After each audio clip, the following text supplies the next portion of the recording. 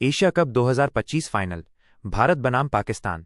कप्तान सूर्या करेंगे दो बड़े बदलाव, पाकिस्तान का गेम प्लान क्या? ये हो सकती है INDPAK की प्लेइंग 11। दुबई एशिया कप 2025 का खिताबी मुकाबला आज 28 सितंबर रविवार भारतीय टीम और पाकिस्तान के बीच दुबई इंटरनेशनल क्रिकेट स्टेडियम में खेला जाएगा। यह हाई वोल्टेज मुकाबला भारतीय समयानुसार रात 8 बजे से शुरू होगा। यह मौजूदा टूर्नामेंट में इन दोनों चिर प्रतिद्वंद्वी टीमों के बीच तीसरी भिड़ंत होगी। भारतीय टीम इस टूर्नामेंट में अब तक अजेय रही है और उसने ग्रुप स्टेज में पाकिस्तान को 7 विकेट से और फिर सुपर 4 मुकाबले में 6 विकेट से हराया था। सूर्यकुमार यादव की अगुवाई वाली भारतीय टीम तीसरी बार पाकिस्तान को धूल चटाकर खिताब जीतने के इरादे से मैदान पर उतरेगी। भारतीय प्लेइंग -11 में 2 बदलाव तय। टॉस के बाद ही अंतिम प्लेइंग -11 का पता चलेगा, लेकिन भारतीय टीम में 2 बदलाव निश्चित माने जा रहे हैं। स्टार तेज गेंदबाज जसप्रीत बुमराह और ऑलराउंडर शिवम दुबे की टीम में वापसी होगी। जसप्रीत बुमराह को श्रीलंका के खिलाफ सुपर 4 मैच और ओमान के खिलाफ ग्रुप स्टेज मुकाबले में आराम दिया गया था, लेकिन फाइनल में उनकी भूमिका बेहद अहम रहेगी। शिवम दुबे भी आराम के बाद वापसी कर रहे हैं। इन दोनों खिलाड़ियों के प्लेइंग -11 में आने से तेज गेंदबाज हर्षित राणा और अर्शदीप सिंह को बाहर बैठना पड़ सकता है, जिन्होंने श्रीलंका के खिलाफ उनकी जगह ली थी। ऑलराउंडर अभिषेक शर्मा और हार्दिक पंड्या के खेलने की पूरी संभावना है। हालांकि श्रीलंका के खिलाफ मैच में दोनों को ऐंठन की समस्या हुई थी, लेकिन उनकी चोट गंभीर नहीं है। भारत की संभावित रणनीति। भारतीय टीम फाइनल में 4 specialist batter, 1 wicketkeeper, 2 batting allrounder, 1 spin bowling allrounder, 2 विशेषज्ञ स्पिनर और 1 स्पेशलिस्ट फास्ट बॉलर के संयोजन के साथ उतर सकती है। पाकिस्तान का गेम प्लान। दूसरी ओर पाकिस्तानी टीम उसी संयोजन के साथ उतर सकती है जिसने उसे बांग्लादेश के खिलाफ जीत दिलाई थी। उनकी प्लेइंग -11 में बदलाव की संभावना कम है। पाकिस्तान का बल्लेबाजी क्रम कमजोर दिख रहा है। सलामी बल्लेबाज सैम अयूब खराब फॉर्म में है और उनसे टीम को बड़े प्रदर्शन की उम्मीद होगी। पाकिस्तान के लिए तेज गेंदबाज शाहीन शाह आफरीदी और हारिस रऊफ का शुरुआती स्पेल मैच के लिहाज से निर्णायक होगा। अगर भारतीय सलामी बल्लेबाज अभिषेक शर्मा और शुभमन गिल इन दोनों गेंदबाजों का सफलतापूर्वक सामना करते हैं तो भारत का काम आसान हो जाएगा। भारत के प्रमुख खिलाड़ी। अभिषेक शर्मा टूर्नामेंट में सबसे बड़ी ताकत, 204.63 के स्ट्राइक रेट से 309 रन बनाए हैं। कुलदीप यादव गेंदबाजी में तुरुप का इक्का, 6.04 की इकोनॉमी रेट से 13 विकेट लिए हैं। भारतीय टीम की चिंता का विषय मिडिल ऑर्डर बैटर्स का प्रदर्शन है। फाइनल के लिए दोनों टीमों की संभावित प्लेइंग -11। भारत की संभावित प्लेइंग एक्साई। अभिषेक शर्मा, शुभमन गिल, सूर्यकुमार यादव कप्तान, तिलक वर्मा, शिवम दुबे, संजू सैमसन विकेटकीपर, हार्दिक पंड्या, अक्षर पटेल, कुलदीप यादव, वरुण चक्रवर्ती और जसप्रीत बुमराह। पाकिस्तान की संभावित प्लेइंग -11। साहिबजादा फरहान, फखर जमा, सैम अयूब, सलमान अली आगा कप्तान, मोहम्मद हारिस विकेटकीपर, हुसैन तलत, मोहम्मद नवाज, फ़हीम अशरफ, शाहीन शाह आफरीदी, अबरार अहमद और हारिस रऊफ। भारत के पास स्वाभिमान है। रूसी विदेश मंत्री सरगेई लावरोव ने भारतीय विदेश नीति की खुलकर तारीफ की, अमेरिका के खिलाफ दिया समर्थन। New York Moscow. रूस के विदेश मंत्री सरगेई लावरोव ने संयुक्त राष्ट्र महासभा की बैठक में हिस्सा लेने के दौरान पत्रकारों से बातचीत करते हुए भारतीय विदेश नीति की जमकर तारीफ की है। उन्होंने भारत को स्वाभिमानी देश बताया और अमेरिका के दबाव के बावजूद रूस से तेल खरीदने के भारत के फैसले का खुलकर समर्थन किया। भारत की विदेश नीति के हुए फैन एस जयशंकर की तारीफ। रूसी तेल खरीद को लेकर भारत पर अमेरिका द्वारा लगाए गए टैरिफ 50% अतिरिक्त शुल्क की पृष्ठभूमि में लावरोव ने कहा कि भारत अपने राष्ट्रीय हितों का पूरा सम्मान करता है और अपने फैसले खुद लेने में पूरी तरह सक्षम है। उन्होंने भारतीय विदेश मंत्री एस जयशंकर की प्रशंसा करते हुए कहा कि जब उनसे जयशंकर से तेल खरीद के बारे में पूछा गया था तो मेरे मित्र ने कहा था कि अगर अमेरिका हमें अपना तेल बेचना चाहता है तो हम शर्तों पर चर्चा करने को तैयार हैं, लेकिन हम अमेरिका से नहीं बल्कि रूस या दूसरे देशों से क्या खरीदते हैं यह हमारा अपना मामला है और इसका भारत अमेरिका एजेंडे से कोई लेना देना नहीं है। लावरोव ने इस प्रतिक्रिया को बहुत सराहनीय जवाब बताते हुए कहा, मेरा मानना है कि यह एक बहुत सराहनीय जवाब है जो ये दर्शाता है कि तुर्की की तरह भारत के पास भी आत्मसम्मान है। पुतिन के भारत दौरे पर बड़ी जानकारी। रूसी विदेश मंत्री ने जानकारी दी कि रूसी राष्ट्रपति व्लादिमीर पुतिन के दिसंबर में भारत के दौरे पर आने की योजना है जिस पर काम चल रहा है। ये यात्रा दोनों देशों के बीच वार्षिक शिखर सम्मेलन की अगली कड़ी हो सकती है और ये यूक्रेन संकट के बाद पुतिन की पहली भारत यात्रा होगी। उन्होंने ये भी बताया कि भारतीय विदेश मंत्री एस जयशंकर इस साल रूस के दौरे पर जाने वाले हैं, जबकि वे स्वयं भारत की यात्रा करेंगे। दोनों देशों के बीच नियमित आदान प्रदान होता रहता है। संयुक्त राष्ट्र सुरक्षा परिषद UNSC में भारत की स्थायी सीट का समर्थन। लावरोव ने एक बार फिर संयुक्त राष्ट्र सुरक्षा परिषद UNSC में भारत के लिए स्थायी सीट की वकालत की। उन्होंने जोर दिया कि विश्व का वर्तमान संतुलन 80 साल पहले की स्थिति से बिल्कुल अलग है। सुरक्षा परिषद में सुधारों को महत्वपूर्ण बताते हुए उन्होंने कहा कि रूस एशिया, अफ्रीका और लैटिन अमेरिका के प्रतिनिधित्व के विस्तार के माध्यम से इसके लोकतंत्रीकरण का आह्वान करता है और रूस परिषद में ब्राजील और भारत की स्थायी सीटों का समर्थन करता है। तेजस्वी यादव का बड़ा हमला, सबके भ्रष्टाचार की लिस्ट है, जल्द करेंगे खुलासा, नीतीश सरकार के मंत्रियों अधिकारियों पर लगाए गंभीर आरोप। पटना, बिहार विधानसभा में नेता प्रतिपक्ष तेजस्वी प्रसाद यादव ने मुख्यमंत्री नीतीश कुमार के नेतृत्व वाली सरकार पर रविवार को बड़ा हमला बोला। उन्होंने दावा किया कि उनके पास सरकार के भ्रष्ट मंत्रियों और अधिकारियों की पूरी सूची है, जिसका खुलासा वो आने वाले दिनों में करेंगे। उन्होंने आरोप लगाया कि राज्य में भ्रष्टाचार अपनी चरम सीमा पर है और कोई भी विभाग इससे अछूता नहीं है। भ्रष्टाचार चरम पर, सीएम दें जवाब।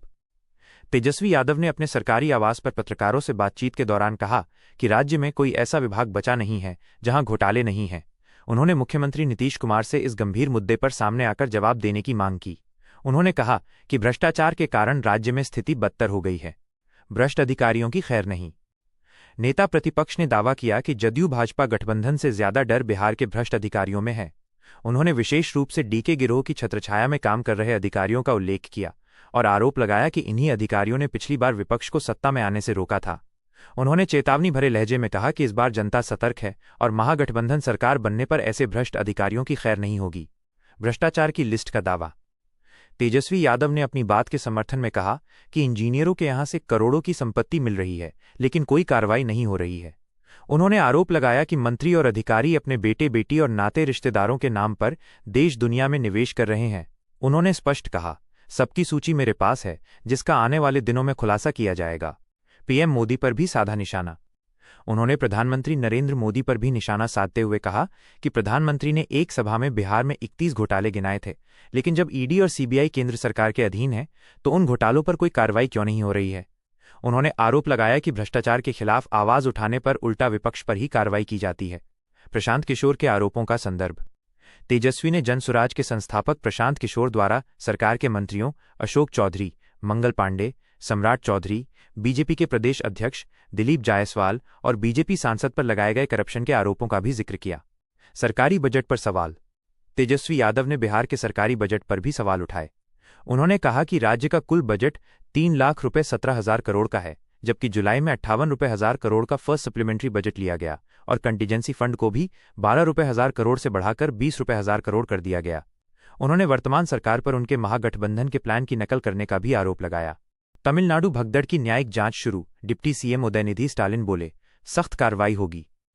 करूर, तमिलनाडु। तमिलनाडु के करूर जिले में अभिनेता से नेता बने तमिलगा वेत्री कजगम टीवीके के प्रमुख विजय की रैली के दौरान हुई दुखद भगदड़ की न्यायिक जांच आज से शुरू हो गई है। सरकार ने इस मामले की गहन जांच के लिए मद्रास हाईकोर्ट की पूर्व जस्टिस अरुणा जगदीसन की अध्यक्षता में एक उच्च स्तरीय पैनल का गठन किया है। हादसे में भारी नुकसान। रिपोर्ट्स के मुताबिक शनिवार को हुई इस भगदड़ में अब तक 39 से 40 लोगों की मौत की पुष्टि हुई है, जिनमें महिलाएं और बच्चे भी शामिल हैं। लगभग 50 से 100 लोग घायल हुए हैं, जिनका विभिन्न अस्पतालों में इलाज चल रहा है। चिकित्सा शिक्षा निदेशक के अनुसार वर्तमान में 81 लोग अस्पताल में भर्ती हैं, जिनमें से 2 की हालत गंभीर बताई जा रही है। डिप्टी सीएम ने किया दौरा, सख्त कार्रवाई का आश्वासन। राज्य के डिप्टी सीएम उदयनिधि स्टालिन ने करूर का दौरा किया और पीड़ित परिवारों से मुलाकात कर उन्हें सांत्वना दी। उन्होंने घोषणा की कि सरकार पीड़ितों को हर संभव मदद प्रदान करेगी। डिप्टी सीएम ने बताया कि जांच पैनल की अध्यक्ष जस्टिस अरुणा जगदीसन करूर पहुंच चुकी हैं और उन्होंने आज से ही मामले की जांच शुरू कर दी है। डिप्टी सीएम उदयनिधि स्टालिन ने कहा कि पैनल द्वारा रिपोर्ट सौंपे जाने के बाद मुख्यमंत्री एम.के.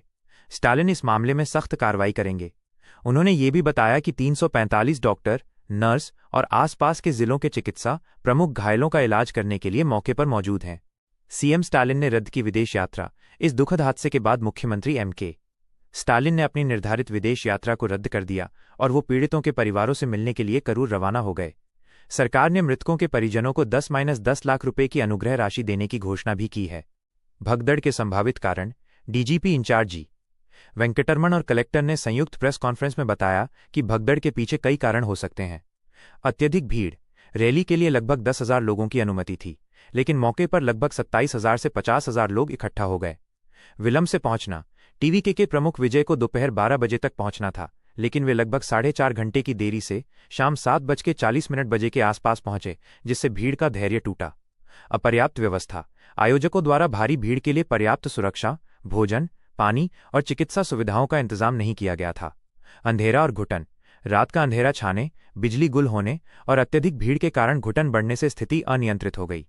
अवरुद्ध रास्ते।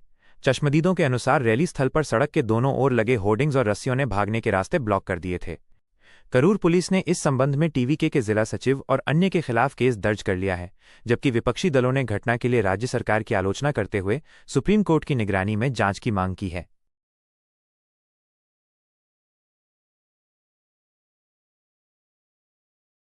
यह घटना उत्तर प्रदेश के बरेली में आई लव मोहम्मद लिखे पोस्टर को लेकर हुए प्रदर्शन के बाद हुई हिंसा से जुड़ी है। मुख्य घटनाएं और गिरफ्तारी। उत्तर प्रदेश की बरेली पुलिस ने इत्तेहाद-ए-मिल्लत काउंसिल (आईएमसी) के प्रमुख मौलाना तौकीर रजा खान को गिरफ्तार कर लिया है। उन्हें और 7 अन्य अभियुक्तों को 14 दिनों की न्यायिक हिरासत में भेजा गया है। प्रदर्शन और हिंसा। बरेली में जुमे की नमाज के बाद मौलाना तौकीर रजा खान की अपील पर बड़ी संख्या में लोग आई लव मोहम्मद लिखे पोस्टर प्लेकार्ड लेकर सड़कों पर निकले।